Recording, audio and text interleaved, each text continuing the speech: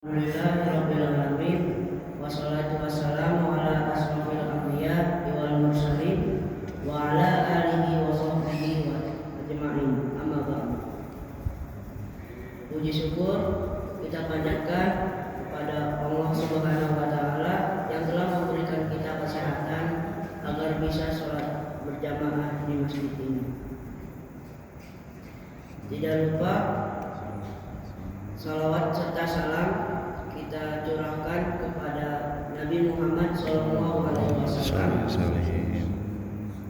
beserta keluarga dan sahabatnya.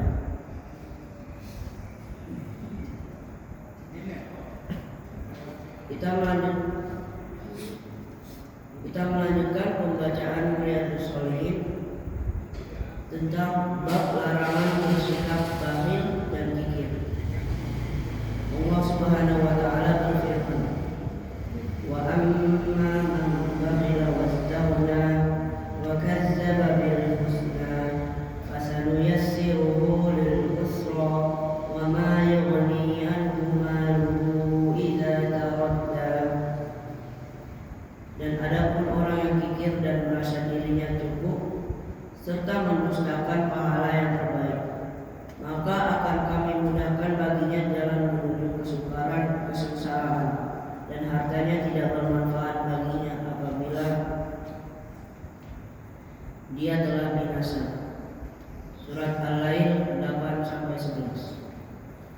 Dan Allah Subhanahu wa taala juga berfirman, "Wa may yuqa shuhha nafsihi fa ulaika humul muflihun." Dan barang siapa dijaga dirinya dari kekikiran, maka itulah orang-orang yang beruntung. Surat At-Taghabun ayat 9. Adapun hadis-hadisnya, maka sebagian telah disebutkan pada bab yang lalu. Dari Jabir radhiyallahu anhu bahwa Rasulullah SAW bersabda, "Takutlah terhadap perbuatan zalim, karena sesungguhnya kezaliman itu adalah kegelapan-kegelapan pada hari kiamat. Dan takutlah dari sifat kikir, karena kikir telah menghancurkan orang-orang sebelum kalian, yang menyebabkan mereka menumpahkan darah sesama mereka dan menghalalkan apa yang diharamkan oleh Allah kepada mereka." Diriwayatkan oleh Muslim. Lanjut, bab mengutamakan orang lain dan memberi bantuan. Allah Subhanahu wa taala berfirman, "Wa yusiruna 'ala anfusihim walau kana bihim khasasah." Dan mereka mengutamakan orang lain atas diri mereka sendiri meskipun mereka juga memerlukan. Surat Al-Hasyr ayat 9. Dan Allah Subhanahu wa taala juga berfirman, "Wa yut'imuna at-ta'ama 'ala hubbihi miskinan wa yatiman wa asira." Dan mereka memberikan makanan yang disukainya kepada orang miskin, anak yatim, dan orang yang ditawan. Surat Al-Insan ayat 8.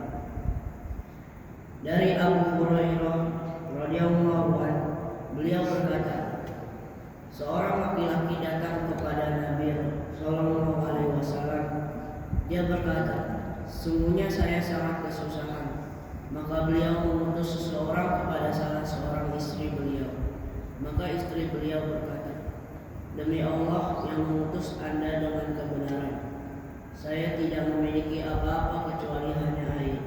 Kemudian beliau mengutus seseorang kepada istri yang lain. Maka dia pun menjawab dengan jawaban sama, hingga seluruh istri beliau menjawab dengan jawaban yang sama. "Tidak, demi Allah yang mengutus Anda dengan kebenaran, saya tidak memiliki selain air." Maka Nabi Shallallahu Alaihi Wasallam bersabda, "Siapa yang berkenan menjamu tamu ini pada malam ini?" Maka seorang dari kaum Ansor berkata, "Saya, wahai Rasulullah." Lalu dia berangkat membawanya ke rumahnya. Dia berkata kepada istrinya, "Muliakanlah tamu Rasulullah Shallallahu Alaihi Wasallam ini." Demikian dari pembacaan kitab Riyadhus Shalihin. Semoga apa yang disampaikan bermanfaat bagi kita semua. Amin. membaca istighfar 3 kali dan membaca doa kafaratul majlis.